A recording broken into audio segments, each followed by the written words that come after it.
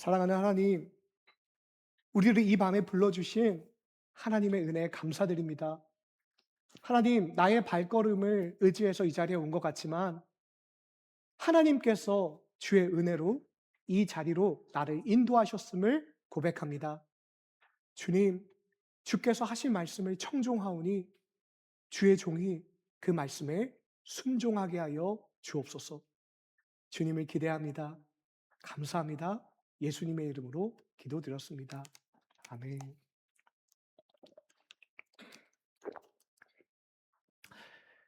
먼저 목사로서 설교하기 전에, 말씀을 나누기 전에 한 명의 낮아짐의 성도로서 성도 여러분들에게 정말 감사의 인사를 드리고 싶습니다.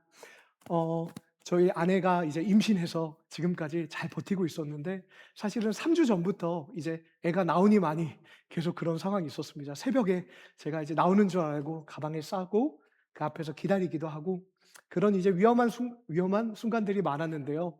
여러분께서 기도해 주신 덕에 39주 차까지 잘 왔습니다. 정말 간절하게 기도해 주시는 분들이 많은 것을 느꼈고요. 또 그런 관심과 사랑으로 저희 부족한 가정을 함께 해 주시고 도와주셔서 감사드립니다. 다음 주 화요일, 수요일 정도에 유도분만으로 이제 출산을 할 예정입니다.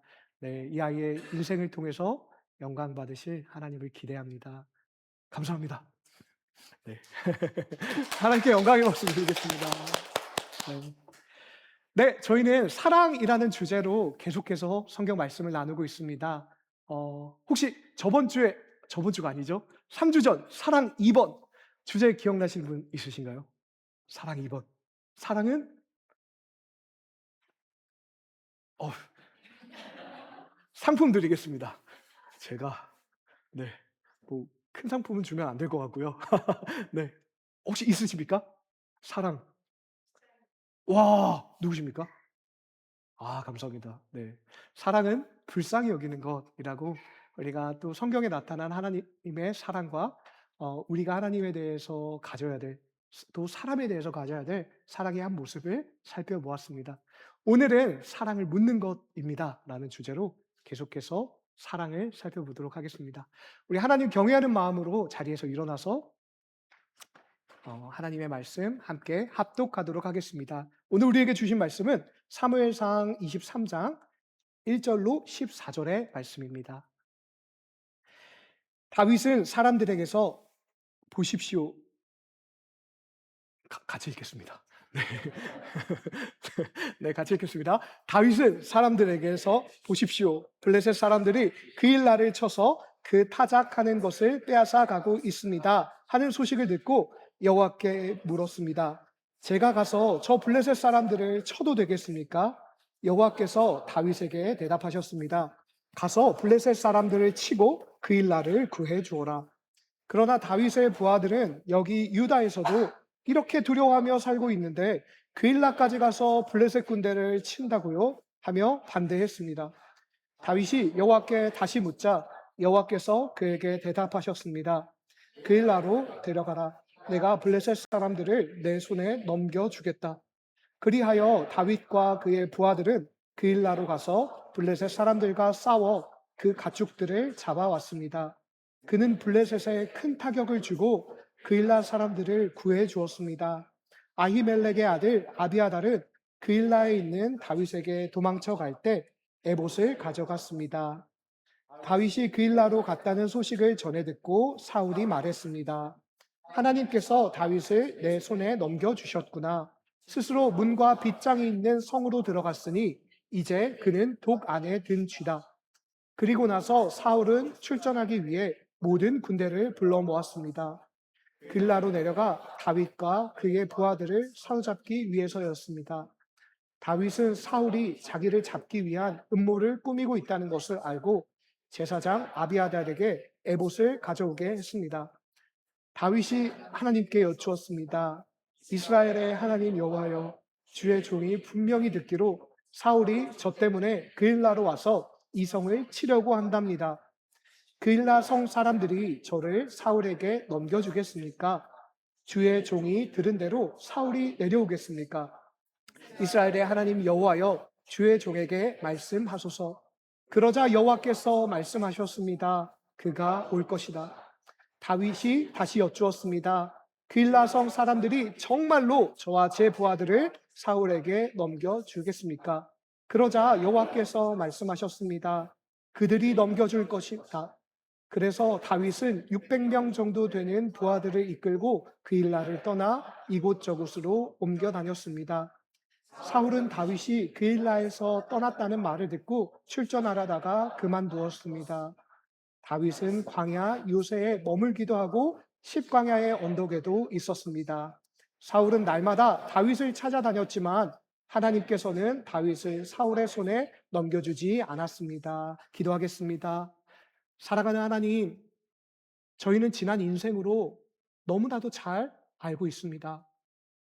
내가 살아가고 싶은 대로 내 뜻대로 사는 인생은 편해 보이지만, 윤택해 보이지만 우리에게 고통과 고난이었으며 우리를 하나님으로부터 멀리 떼어놓았습니다. 주님, 그렇게 우리가 새 마음으로 주의 말씀 앞에서 주의 말씀의 방향을 청종하려고 합니다. 주여, 이 시간에 굳어있는 우리의 사고관을 깨워주시고 우리의 눈을 여시사 하나님의 말씀대로 살아갈 수 있는 주의 자녀 되게 하여 주시옵소서. 오늘 새 일을 행하실 주님을 기대하며 예수 그리스도의 이름으로 기도드렸습니다. 아멘. 네, 자리에 앉으셔도 좋습니다.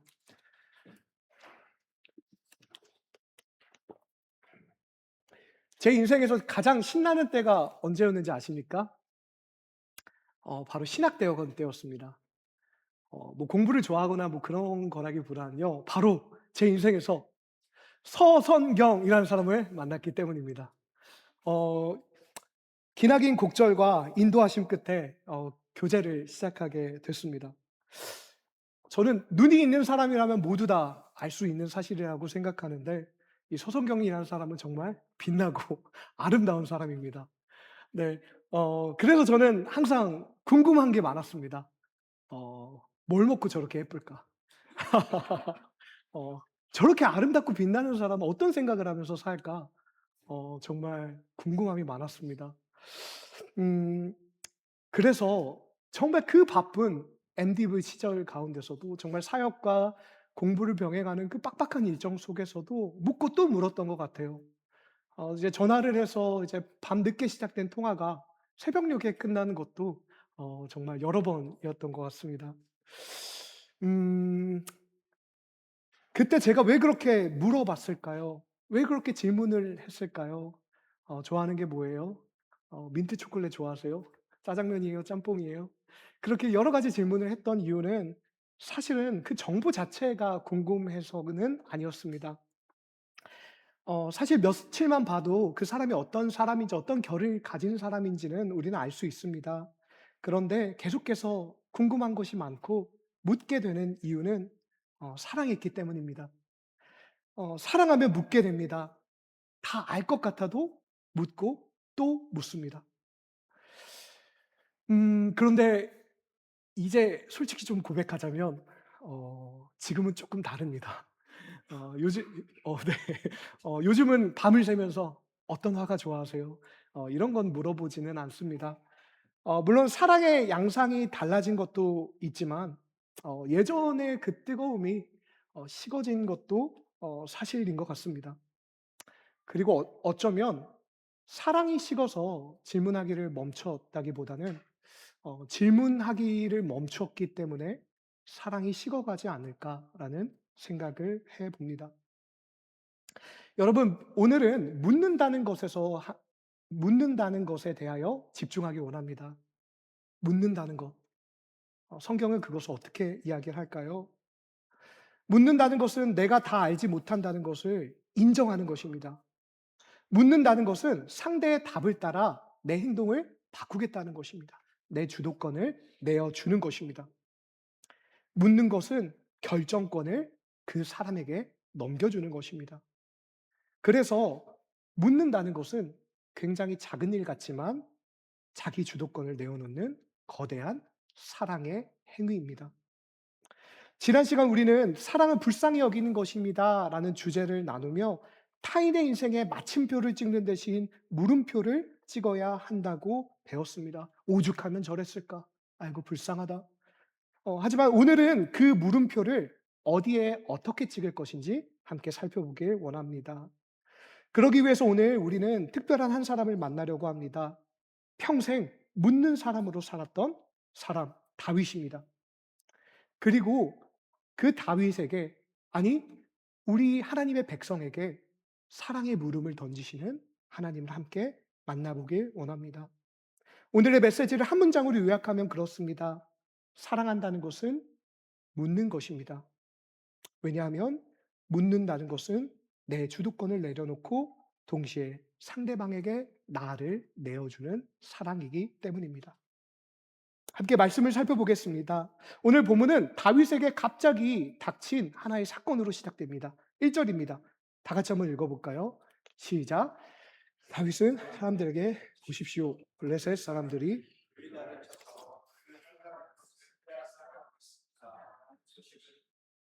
다윗은 자신을 죽이려는 사울을 피해서 광야에서 망명 생활을 하고 있었습니다. 사울은요, 다윗을 잡기 위해 특별한 특수부대까지 편성해서 정말 사력을 다해서 다윗을 쫓고 있었습니다.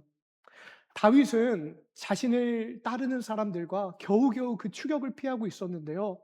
어째 된 게 점점 자신을 따르는 사람들이 많아지고 있었습니다. 그러던 가운데, 그런 아슬아슬한 상황 가운데 한 5km 정도 떨어졌을까요? 가까운 그일라라는 동네가 블레셋에 약탈당하고 있다는 것을 들었다는 것입니다. 사실 국경을 지키고 백성들을 보호하는 것은 왕과 군대의 의무였지만 언제부턴가 사울은 다윗을 잡는 일에 혈안이 되어 자신의 의무조차 다하지 않고 있었습니다. 그래서 이대로 가다가는 다른 마을도 그랬듯이 이 그일라라는 마을도 멸망에 처할 위기에 처해 있다는 것입니다. 근데 또 한편으로는 무작정 그 사람들을 도우러 갔다간 사울에게 덜미를 잡히고 또 공격을 당하고 추적을 당할 수 있는 정말 위험한 상황이었습니다.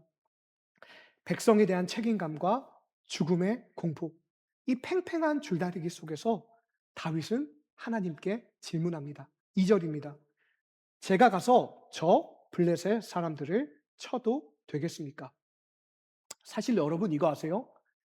이 사무엘상 23장 2절 이 본문 전까지 다윗이 하나님께 질문하는 장면은 한 번도 나오지 않습니다. 이 대목이 다윗이 하나님께 질문했던 순간입니다. 아니요, 적어도 성경이 소개하고 있는 다윗의 하나님에 대한 첫 질문입니다. 그리고요, 다윗은 이 순간 이후로 매 사에, 매 순간, 하나하나 사사건건 하나님께 질문을 던지는 사람이 됩니다. 다윗은 어떻게 이렇게 질문하는 사람이 되었을까요? 그의 과거의 행적이 정말 밀접한 연관이 있는 것 같습니다. 왜냐하면 다윗은 사울에게서 도망칠 때 하나님께 묻지 않았어요. 처음에 왕궁에서 빠져나갈 때도 자기의 판단으로 움직였습니다. 노베 제사장 아히멜렉에게 가서 거짓말까지 하면서 음식을 얻고 도피했을 때, 원수의 나라 블레셋으로 망명했을 때, 미친 척하면서까지 살아남았을 때도 하나님께 굳이 묻지 않습니다. 그도 그럴 것이 다윗은 그런 실력과 자신감이 있던 사람이었습니다. 뛰어난 리더십과 군사적인 판단으로 이미 어디를 가든지 승리하는 사람, 백전불패라는 그런 수식어가 따라다니는 사람이었기 때문입니다. 하지만 다윗은 그 인생에서 느낍니다. 자신이 최선이라고 생각했던 그 선택, 그 결과는 험악했습니다. 최고의 선택이라고 믿었던 그 방향은 자신을 죽음의 고비로 인도했으며 망명은 실패했고 자기 때문에 노베 제사장 85명이 죽게 되는 그런 결과를 봅니다. 그렇게 다윗은 자신의 머리로 산다는 것이 얼마나 비참한 결과를 낳는지 인생을 통해 경험했다는 것입니다. 이것뿐만이 아닙니다. 광야의 생활은 다윗의 시야를 완전히 다르게 만들었습니다. 오늘 본문 바로 앞 22장에 보면 다윗이 광야에 있다는 소식이 이스라엘에 퍼지고, 그리고 그 소식을 들은 여러 사람들이 다윗의 대열에 합류했다고 말합니다. 환난당한 자들, 빚진 자들, 마음이 원통한 자들, 이렇게 사회에서 갈 곳이 없던 자들이 다윗에게 모여들기 시작했습니다. 사실 쉽게 말해 사회에서 낙오한 반체제의 인사들입니다. 불량배들이라고도 말할 수 있습니다. 이런 불량배들을 데리고 이끌고 살아가는 것, 그것도 그냥 이 불량배들을 데리고 뭐 체육대회 하는 것도 아니고 목숨, 사선을 넘나들며 이들을 이끌어가며 도피하는 생활이 얼마나 험악했겠습니까? 다윗은 많은 갈등을 경험했습니다. 나는 다른 길로 가겠다. 아니, 사울에게 맞서 싸워 처단하자. 왜 우리가 이렇게 살아야 하느냐? 리더가 아닌 사람 한 사람 한 사람마다, 저마다 자기 판단을 들고 일어설 때마다 공동체가 흔들리는 것을 경험했습니다. 리더인 다윗이 더 멀리 보고 더 좋은 길을 알고 있어도 공동체는 기민하게 움직이지 못했습니다. 다윗은 거기서 절감한 것입니다. 무엇을요? 신뢰하고 맡기는 것에 대한 중요성을요. 다윗은 묻지 않고 살았던 험악한 세월과 600명의 거친 사람들과 광야에서 씨름하며 깨달은 것입니다. 아, 내 손에 내 인생의 핸들을 쥐고 살아가는 건 너무나도 험악하구나. 내 인생의 진정한 인도자 되시는 하나님께 나의 주도권과 삶, 결정권을 내어 드리자. 그러한 인생과 신앙의 깊이 있는 성찰이 오늘 본문에 질문하는 다윗을 만든 것입니다. 여러분, 다시 한번 말합니다. 묻는다는 것은요, 단순히 정보를 구하는 것 이상의 행위입니다. 묻는다는 것은요, 삶의 주도권을 내어주는 것입니다. 다윗은 어린 시절부터 전쟁터에서 굴렀던 용사였습니다. 저는 아직도 좀 믿기지 않는 본문 중에 하나가, 다윗은 골리앗과 데뷔전 전에도 양을 치다가요, 사자와 곰이 양을 들고 가면 다른 사람들은 하면서 도망갈 때 다윗은 사자와 곰을 따라갔습니다. 겁내지도 않고 달려가서 따라갑니다. 그리고 사자와 곰의 어깨를 두드립니다. 야, 양 놓고 가. 그리고 보면요, 사자의 수염을 잡습니다. 그러고 나서 막대기로 쳐서 죽였다고 그렇게 얘기하고 있습니다. 야, 누가 양 가져와라 이렇게 하면서 야, 너 걔도 불러와. 걔도 한 마리 잡아갔지. 이러던 다윗이었습니다. 이게 다윗이 거짓말이 한 건 아니면 다윗은 진짜 정말 정설적인 용사, 엄청난 힘을 가진 사람입니다. 아니, 이 정도 힘과 실력을 가졌으면 자기가 판단하고 자기가 평가해서 이미 전쟁에서 많이 승리한 경험도 있겠다. 자기가 자기의 인생을 경영하는 것이 나쁘지 않아 보입니다. 어쩌면 자신이 선택했던 그 나쁜 결과들, 그 희생들을 어쩔 수 없다라고 넘어갈 수도 있었을 것입니다. 하지만 다윗은 자기 자신의 실력보다, 능력보다 하나님을 더욱더 신뢰했습니다. 여러분, 이것이 사랑입니다. 사랑은 자기 주도권을 사랑하는 대상에게 내어주는 것입니다. 내가 못나서가 아니라, 내가 몰라서라기보다는 내가 그 사람을 더 사랑하니까, 그 사람의 의견이 더 중요하니까 그 사람에게 묻는 것입니다. 그 사람의 의견을 묻고 뜻을 묻고 길을 물은 것입니다. 다윗은 자기의 생각보다, 판단보다, 자기가 지금까지 살아온 경험보다 하나님의 뜻, 하나님의 판단, 하나님의 의도를 물어봤던 것입니다. 그런 다윗의 물음이 하나님께서 이렇게 대답하시죠. 블레셋 사람들을 치고 그 일 나를 구하라. 그런데 반대에 부딪힙니다. 역시 불량배들입니다. 3절입니다. 그러나 다윗의 부하들은 여기 유다에서도 이렇게 두려워하며 살고 있는데 그일라까지 가서 블레셋 군대를 친다고요? 하며 반대했습니다. 다윗이 분명히 하나님께 묻는 과정을 봤을진데 이 험악하고 거친 사람들은 아니, 우리 코가 석자인데 누구를 돕습니까? 라고 다윗을 몰아세우고 있는 것입니다. 여기에서 다윗의 태도가 정말 아름답습니다. 다윗이 어떻게 반응할까요? 4절입니다. 우리 함께 읽겠습니다. 시작. 다윗이 여호와께 다시 묻자.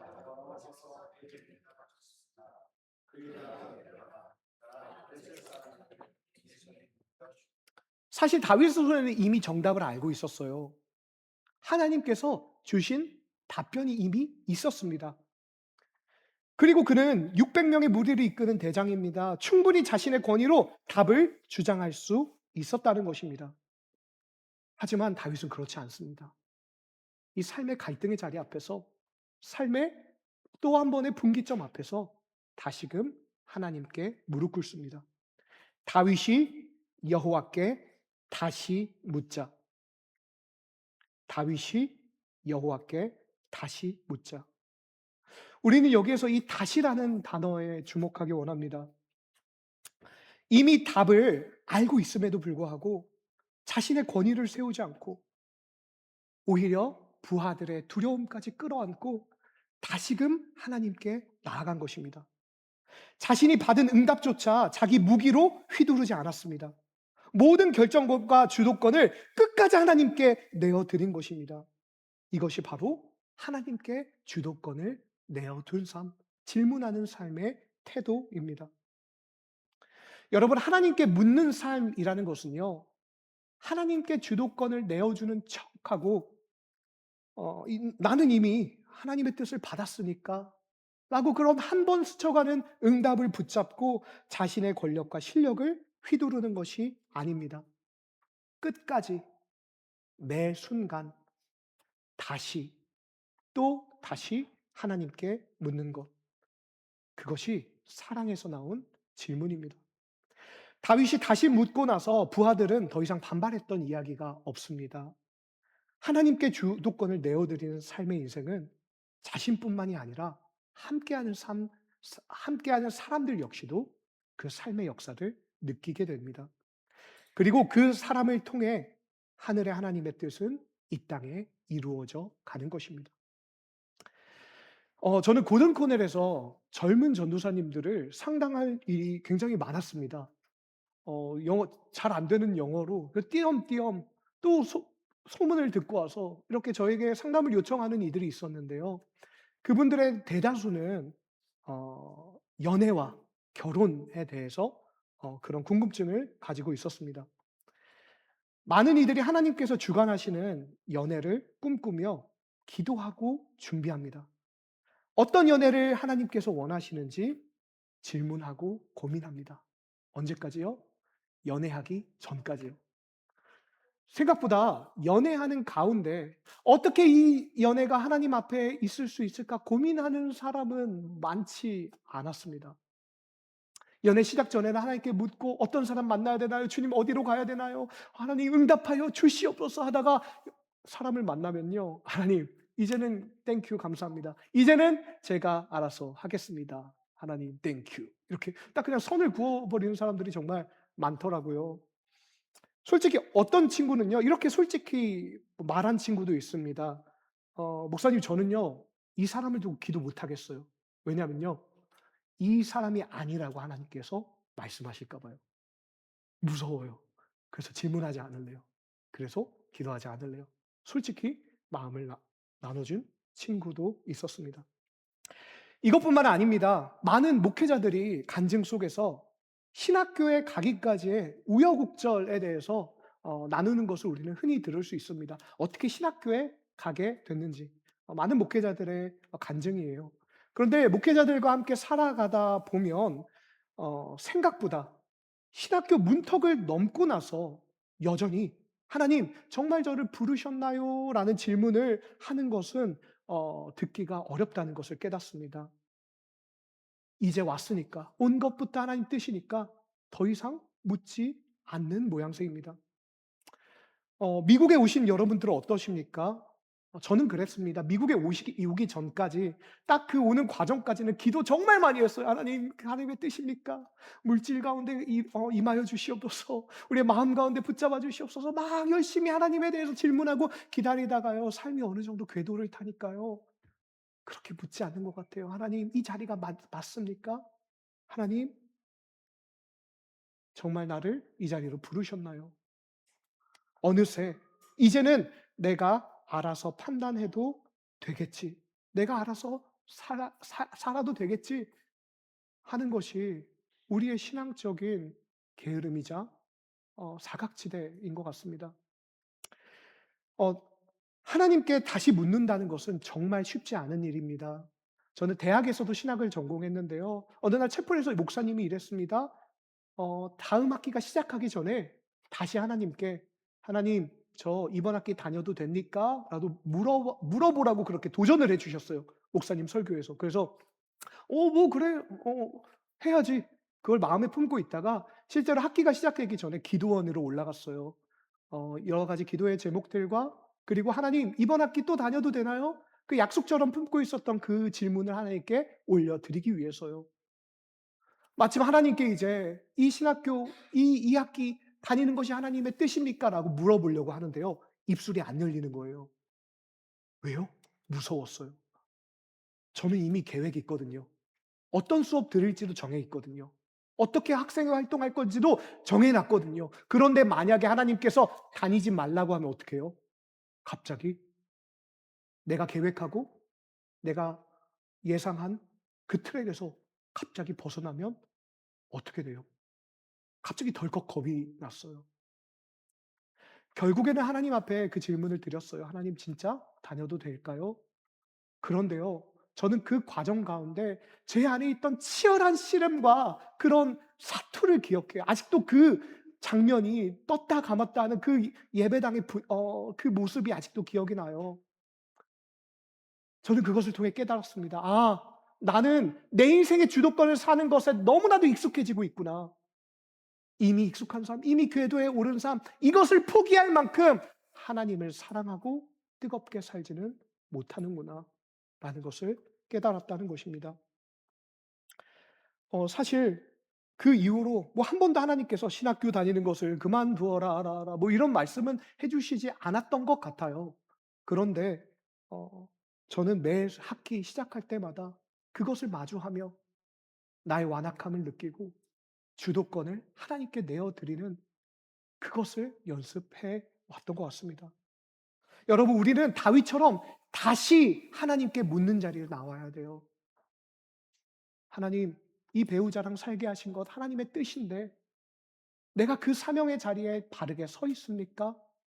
하나님, 이 미국이 이 땅에 이 직업으로 이렇게 나를 부르시는 것이 맞습니까?"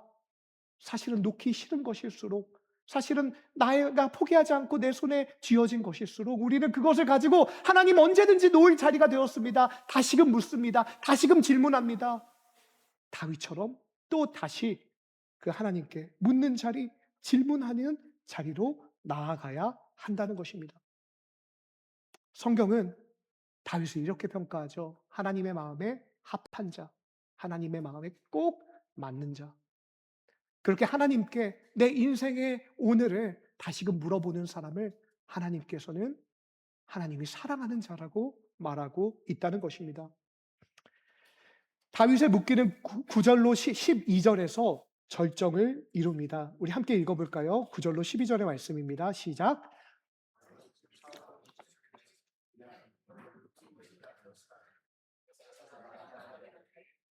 가져오게 했습니다. 다윗이 하나님께 여쭈었습니다. 이스라엘의 하나님 여호와여, 주의 종이 분명히 듣기로 사울이 저 때문에 그일라로 와서 이 성을 치려고 한답니다. 그일라 성 사람들이 저를 사울에게 넘겨주겠습니까? 주의 종이 들은 대로 사울이 내려오겠습니까? 이스라엘의 하나님 여호와여, 주의 종에게 말씀하소서. 그러자 여호와께서 말씀하셨습니다. 그가 올 것이다. 다윗이 다시 여쭈었습니다. 그일라 성 사람들이 정말로 저와 제 부하들을 사울에게 넘겨주겠습니까? 그러자 여호와께서 말씀하셨습니다. 그들이 넘겨줄 것이다. 다윗은요, 묻고 또 묻고 있습니다. 11절, 12절에서만 4번을 하나님께 묻고 있어요. 이것을 보면서 답변한 걸 묻고 또 묻는 어린아이의 모습이 떠오르기도 합니다. 다시요, 다윗은 정보 부족으로 묻고 있는 것이 아닙니다. 9절에 보면요, 이미 사울의 계획과 배신의 정황을 다윗은 파악하고 그 낌새를 눈치채고 있었습니다. 다윗은 그 상황을 다 알면서도 주의 종이라고 자신을 그렇게 낮추며 3번이나 자신을 그렇게 부르며 하나님께서 다시 묻고 있다는 것입니다. 우리는 잘 보지 못하지만 히브리어에 정통한 학자들은 이 대목에서 한 가지를 깨닫는다고 합니다. 사무엘서 기자는 사무엘서를 굉장히 유려하고 스피드 있게 진행합니다. 인물과 사건 중심으로 그렇게 빠르게 풀어 나가는데요. 이 대목에서는 마치 슬로우 모션으로 보여주는 것처럼 이 대화를 굉장히 이 의 어 이례적인 문체로 주목하고 보여주고 있다는 것입니다.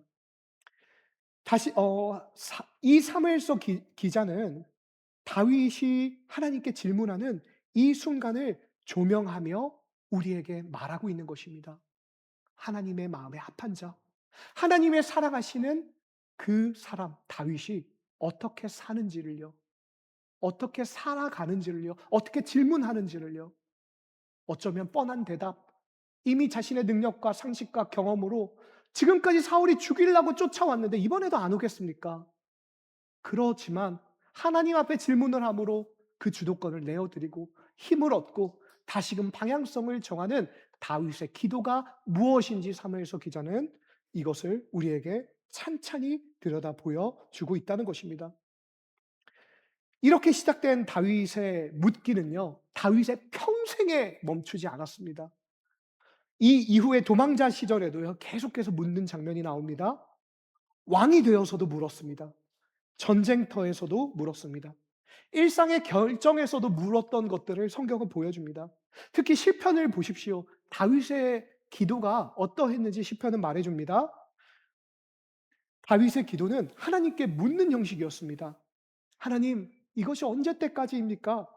하나님, 왜 지금 저에게 거리를 두고 계신 것입니까? 하나님, 저의 부르짖음 소리 들리시죠? 라는 그 묻는 기도. 그것이 평생을 묻는 다윗이 하나님께 올려드렸던 기도의 방식이었습니다. 그렇게 다윗은 하나님께 끊임없이 물어보며 꾸역꾸역 자신의 삶의 주도권을 하나님께 올려드렸다는 것입니다. 그렇던 다윗, 그 사람을 하나님의 마음에 합한 자, 그렇게 하나님의 사랑받은 자, 하나님께서는 평가하신다는 거죠. 여러분, 우리는 압니다. 다윗은 완벽한 사람이 아니었습니다. 실패했습니다. 실수했습니다. 넘어졌습니다. 그런데 이거 아세요? 그렇기 때문에 다윗은 더욱더 집요하게 하나님께 질문했습니다. 내 인생, 내가 경영하고 살아가는 것이 아니라 하나님의 뜻이 내 삶에 펼쳐질 수 있도록. 왜요? 실패하니까, 실수하니까. 조금이라도 틈을 주면 내가 내 마음대로 살려고 내 죄성에 따라 사니까 다윗은 그걸 알았기에, 깨달았기에 하나님께 자꾸 내어드렸습니다. 그렇게 하나님의 주도권을 내어드린 삶, 그것이 바로 질문하는 자, 묻는 자 다윗의 삶이었습니다. 오늘 본문에서는 정반대의 사람이 나옵니다. 바로 사울입니다.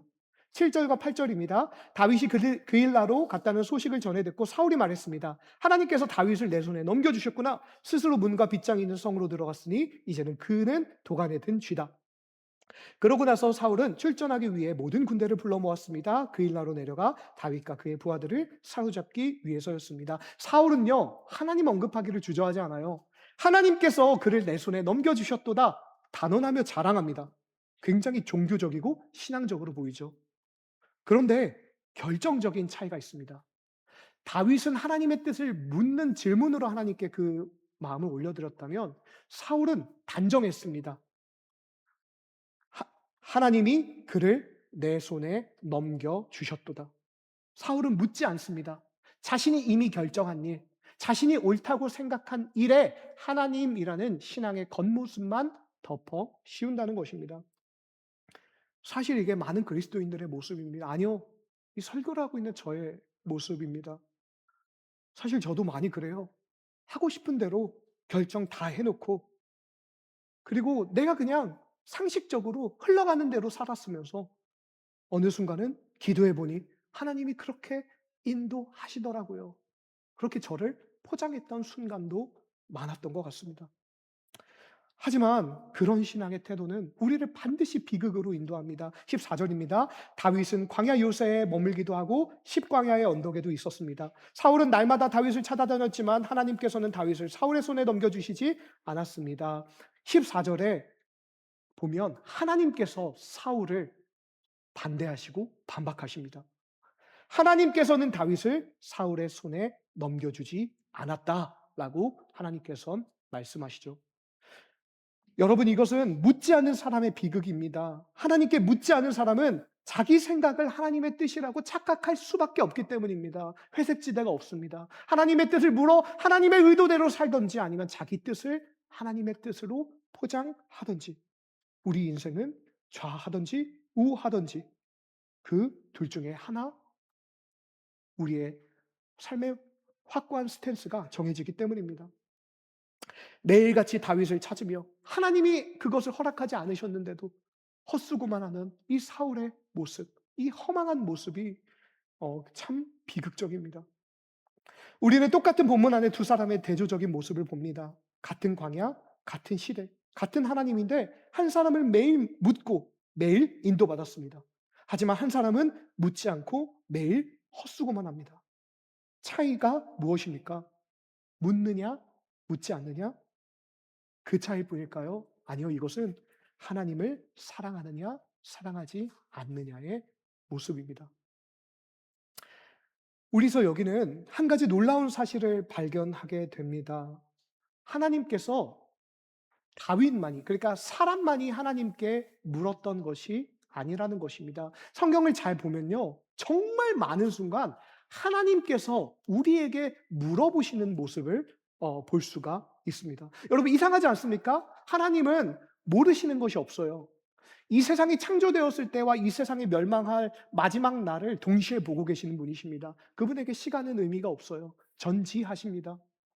그런데요, 하나님이요, 우리에게 굳이 물어본다는 것입니다. 마가복음 10장에 한 사람이 등장합니다. 여리고의 맹인 거지 바디메오입니다. 평생을 길가에 앉아서 구걸하여 살아온 사람입니다.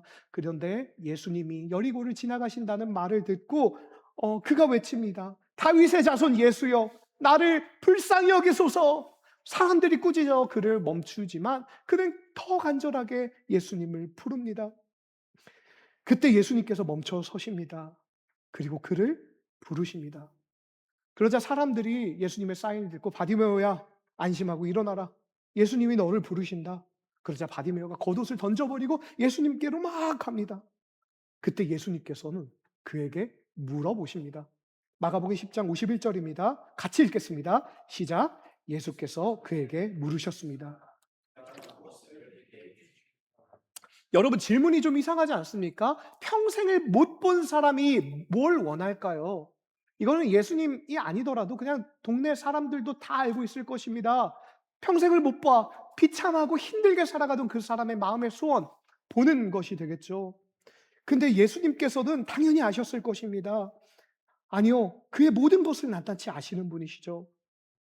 하지만 예수님께서는 굳이 물어보십니다. 내가 무엇을 원하느냐? 여러분, 이 한마디가 바디메오의 인생을 바꾸어 놓습니다. 생각해 보십시오. 바디메오가 평생 자기 입으로 자기의 소원을 말해본 적이 있는 사람일까요? 이 사람은 평생을 길가에 앉아서 한 푼만 주십시오 하면서 오늘 먹을 것을 걱정하면서 그렇게 정말 처절하게 살아가던 사람이었습니다. 사람들에게는 그를 맹인 거지, 디메오의 아들, 그 정도로 이름도 언급되지 않고 그냥 그를 천시했던 것 같아요.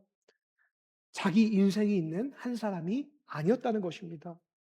사람들은 그를 처리해야 할 짐으로 받지 마음을 가진 인격으로 보지는 않았습니다. 그런데 예수님이 그를 멈춰 세우고 물어보시는 거죠. 내가 무엇을 원하느냐?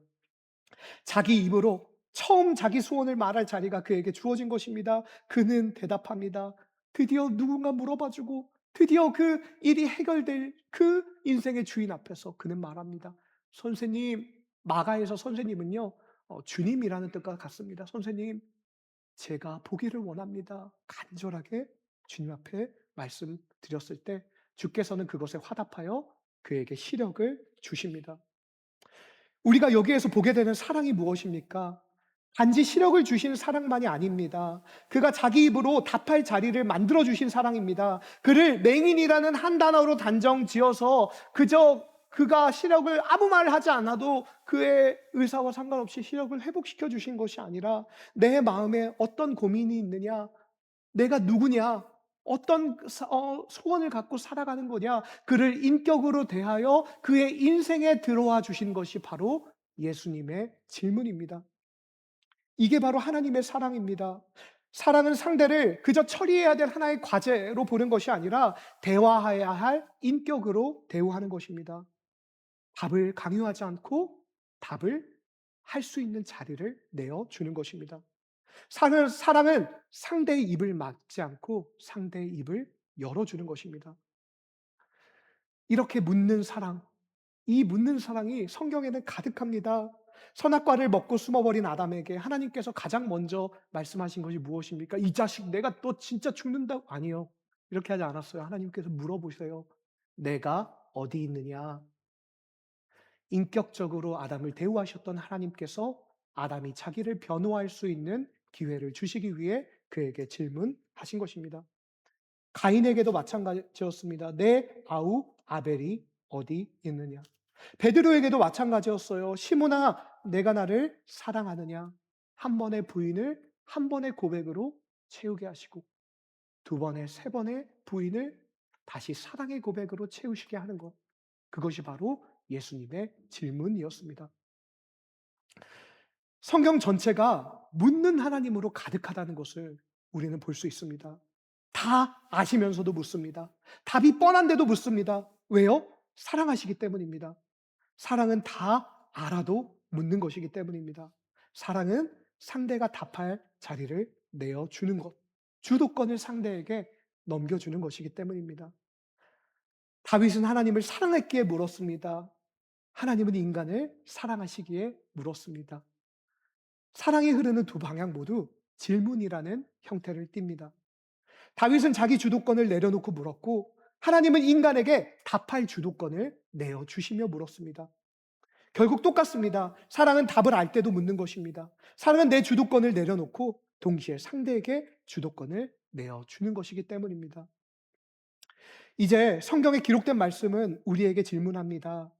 너는 사랑하느냐? 너는 나를 사랑하느냐? 너는 내 이웃을 사랑하느냐? 그렇다면 나에게 묻고 있느냐? 너의 이웃에게 묻고 있느냐? 하나님의 사랑이 질문으로 우리에게 흘러왔다면 우리의 사랑도 그 시선을 닮아 질문으로 흘러가야 한다는 것입니다. 우리는 몇 가지 삶에서 이 질문을 회복해야 될 자리를 살펴보기 원합니다. 먼저로 하나님과 우리의 사이에서 질문을 회복하시기를 권면하며 축복합니다. 우리는 하나님께 묻고 있습니까? 여러분 하나님께 질문하며 사세요? 아니면 사울처럼 살고 있습니까? 이미 답을 다 정해놓고 기도해보니 하나님이 그렇게 인도하시더라고요. 포장하며 살고 있지는 않습니까? 확신하지도 못하면서요.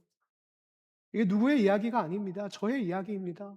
정말 부끄럽지만 한 가지 나누고 싶어요. 언제는요, 설교를 준비하면서 이미 설교에 대한, 본문에 대한 답을 먼저 준비할 때가 있습니다. 아, 이 본문은 하나님이 우리를 사랑하신다는 거야. 그런데요, 그 성경 말씀을 자세히 뜯어보면요, 사실은 그것은 사랑에 대한 것이 아니라 심판에 대한 것일 때도 있습니다. 그럴 때가 되면 얼마나 부끄러운지요. 이미 다 답을 정해놓고 성경을 내 시야로 내가 원하는 메시지로 읽어가려고 했을 때 그게 아니라는 것을 발견했을 때 목회자로서, 설교자로서, 아니 한 명의 신자로서 하나님께 그 죄송함, 미안함, 제가 반복하는 삶의 오류입니다.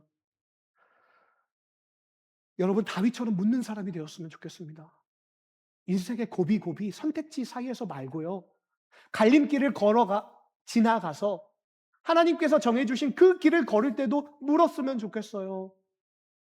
누군가는 우스갯소리로 이런 말이에요. 야, 너 그 점심 먹는 메뉴조차 하나님께 물어보겠다? 저는 그거 너무 좋다고 생각해요. 안 하는 것보다 훨씬 낫죠. 하나님, 짬뽕 먹을까요? 짜장면 먹을까요? 짬뽕 먹는다면 구름이, 뭐 이런 기도는 아니겠지만 내 삶에 무엇을 먹을까 마실까에 대한 고민은 하나님과 같이 하고 있는 것입니다. 안 하는 것보다 낫습니다. 하나님께 주도권을 내어주는 훈련을 하는 것. 내 인생의 발걸음 한 걸음 한 걸음을 주께 사사로이 캐묻는 것. 이것이 하나님께 사랑받은 하나님의 사람들의 모습이었고 하나님이 우리에게 베푸신 모습이라는 것입니다. 둘째는 나 자신에 대한 질문입니다. 우리는 이것을 회복하기 원합니다. 생각보다 우리는요, 나 자신에 대해서 묻지 않고 있어요. 그냥 살아갑니다. 어제도 살았으니까 오늘도 살고 다들 그렇게 사니까 나도 그렇게 사는 것입니다. 그런데 정작 나는 지금 어디에 있는가 묻지 않습니다. 나는 무엇을 두려워하는가 묻지 않습니다. 나는 하나님의 뜻대로 살고 있는가 묻지 않았다는 것입니다. 하나님이 아담에게 물으셨던 그 질문, 내가 어디에 있느냐를 우리도 우리 자신에게 던져야 합니다. 내가 어디에 서 있지? 무엇 때문에 숨고 있지? 무엇이 나를 이 자리까지 인도했지? 자기 마음을 들여다보지 않고 외면하는 것은 사랑의 삶이 아니라는 것입니다. 너 자신을 사랑하듯 너의 이웃을 사랑하는 것. 이것이 셀피시한, 이기적인, 자기애적인, 나르시스트적인 자기 사랑이 아니라 하나님께서 주신 창조적 섭리 안에서 자신에 대한 건강한 진단과 질문을 던질 수 있는 그 사랑일 때 우리는 주변도 사랑할 수 있고 그리고 하나님도 더욱 풍성한 사랑으로 사랑할 수 있다는 것입니다. 이번 한 주 하루에 한 번이라도 자신에게 물어봤으면 좋겠어요. 다나, 너 하나님과 동행하고 있니? 다나, 네가 이걸 매일매일 하는데 이게 정말 옳은 길이니? 우리 안에 나 자신과의 질문을 회복하기 원합니다. 마지막 세 번째는 이웃과의 사이에서의 질문입니다. 가장 사랑하면서 한다고 말하면서 가장 묻지 않는 자리, 가장 질문이 인색한 자리가 바로 이웃, 특히 가족입니다. 배우자에게 오늘 어땠어? 묻고 정말로 답을 들어주셨으면 좋겠습니다. 자녀에게 야, 너 왜 요즘 이러니? 라고 하는 것이 아니라 무슨 일이 있었어? 무슨 생각이 들어? 어떤 걸 느끼면서 사니? 라고 물어봤으면 좋겠습니다. 우리 부모님께 요즘은 뭐가 제일 힘드세요? 라고 물었으면 좋겠습니다. 교회 지체에게도 우리가 질문을 회복했으면 좋겠습니다. 요즘 어떠세요? 제가 어떻게 기도해 드리면 좋을까요? 요즘 하나님과 잘 동행하고 있어요? 이 한마디가 누군가에게는 생명을 살리는 질문이 될 수 있습니다. 회사와 일터에서도 마찬가지입니다. 까다로운 상사, 무책임한 후배라고 단정 짓기 전에 그들에게 한번 물어보십시오. 우리는 동료들의 진짜 무게를 모릅니다. 묻지 않았으니까요. 제가 군대에서 사역하던 시절 한 대령분이 자기 직속에 있는 대위 한 명을 데리고 왔습니다. 목사님 상담이 필요합니다. 그분은 교회 집사님이셨어요. 그리고 기도하시는 분이셨어요. 근데 그분이 이렇게 말하는 거예요. 이 대위를 보면 이상하대요, 기분이. 뭔가 이상하대요. 그래서 병영상담관에게 같이 다녀왔는데 병영상담관은 아무런 문제도 없대요. 괜찮대요. 앞으로 잘할 거래요. 칭찬만 듣고 나왔다는 거예요.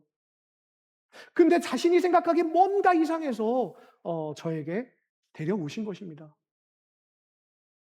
사실은 퇴근을 준비하고 있었는데 하면서 다시 가방을 풀고 그 형제와 마주 앉았습니다.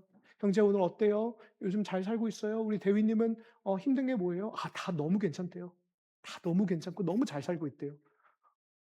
너무 좋대요. 상담가님이 잘 살고 있다는 모범적인 장교라고 얘기할 만한 그 모범 대답들 멀쩡한 표정으로 그렇게 얘기해요. 그런데 그 가운데 하나님께서 왠지 모르게 저에게 사랑의 마음을 가득 부어 주셨어요. 잘생기고 멋지고 그 반듯한 그 대위가 불쌍해 보이더라고요. 그래서 국밥을 시켜서 같이 먹으면서 이야기를 합니다. "형제, 어 이 군 생활 괜찮아요? 부모님은 뭐 하시는 분이세요? 아버지한테 언제 연락했어요? 어머니는 잘 지내세요?" 갑자기 얘기하고 있는데 그 정말 표정 하나 변하지 않던 그 얼굴에 갑자기 균열이 생기는 겁니다. 그러더니요, 갑자기 꼿꼿하게 앉아있던 사람의 눈에서 그렇게 많은 눈물이 나올 수 있을지 모르겠어요. 갑자기 오열을 하는 거예요. 국밥에 숟가락을 붙잡고. 제가 더 당황했어요. 그냥, 갑자기 질문하다 국밥 먹다가 막 우는 거예요. 그러더니 이야기를 해요. 목사님, 사실 저는 오늘 죽으려고 했습니다. 저는 너무나도 사는 게 힘들고 제 자신에 너무나도 실망스럽고 저의 삶에 미래가 없어 보여서 오늘 죽으려고 했습니다. 그리고 자초지종을 들어보니 여러 가지 어려움과 힘든 것, 그렇게 잘 지내는 것 같았던 그 사람의 내면 속에 정말 썩어 문드러진 자아가 있더라고요. 힘든 세월이 있더라고요. 그 형제를 데리고 숙소로 갔어요. 알고 보니까요, 오늘 죽으려고 전부 다 세팅을 해 놨더라고요. 온갖 줄들로 준비를 해 놨는데 어 용기가 없어질까 봐 마실 술부터 시작해서 그걸 보고서야 제 마음이 덜컥했습니다. 결국에는 그것을 수거해 가지고 전부 다 뺐고 "엄한 마음 먹지 마세요." 하고 정말 밤새 자는 둥 마는 둥 하고 새벽에 그 형제를 다시 만나서 또 그 형제를 위해 기도해 주고 함께 살아가고 함께 시간을 보내며 결국 그 형제가 병원에 가서 조치를 받을 수 있도록 그렇게 하나님께서 역사하신 그 날이 있습니다. 그때도 별거 아니었어요. 제가 뭔가 느껴져서도 아니에요. 그저 질문했어요. 그 사람이 갑자기 사랑스러워 보여서 그 사람의 인생이 궁금해서 질문을 던졌을 뿐인데 그 사람의 인생을 그 질문을 통해서 살게 하시는 하나님을 경험했다는 것입니다. 오늘 본문에 그일라 사람들이 등장해요. 다윗이 목숨 걸고 구해줬는데 그를 배신하려 했던 사람들입니다. 그러나 다윗은 그 사람들에 대해 하나님께 물었기 때문에 그 진실을 알게 되었고 결국 그들을 떠남으로써 그일라 사람들도 살리고 자기와 부하들도 살리게 되었습니다. 묻지 않았다면 다 죽었을 것입니다. 결국 묻는 것이 그들을 살렸던 것입니다. 여러분, 이 묻는 것은 작은 일인 것 같지만 사람을 살릴 수 있는 하나님의 통로가 되기도 합니다. 사랑하는 성도 여러분, 이제 말씀을 맺으려고 합니다. 오늘 우리는 두 사람을 만났습니다. 한 사람은 다윗이었습니다. 광야에서 매 순간 하나님께 묻고 또 물었던 사람, 자신의 인생의 행들을 통째로 하나님께 내어드리고자 정말 씨름했던 사람이었습니다. 또 한 사람은 사울이었습니다. 자기 인생의 답을 먼저 정해놓고 거기에 하나님 이름만 붙이며 살았던 사람이었습니다. 그래서 매일 헛수고만 하다 무너져 간 사람이었습니다. 같은 광야, 같은 시대, 같은 하나님이었습니다. 차이는 단 하나, 묻느냐 묻지 않느냐. 결국 하나님을 사랑했느냐 사랑하지 않느냐였습니다. 또한 우리는 한 분을 만났습니다. 다 알면서도 우리에게 끊임없이 물어봐 주신 예수 그리스도이십니다. 내가 원하는 게 무엇이냐? 우리에게 답할 자리를 내어주시는 그 주도권을 내어주시는 예수님의 사랑. 그것이 바로 성경 전체에서 말하는 하나님의 질문의 이유입니다. 다윗의 사랑과 하나님의 사랑이 만나는 자리, 똑같이 질문이 있었습니다. 그래서 이제는 우리도 압니다. 사랑은 묻는 것입니다.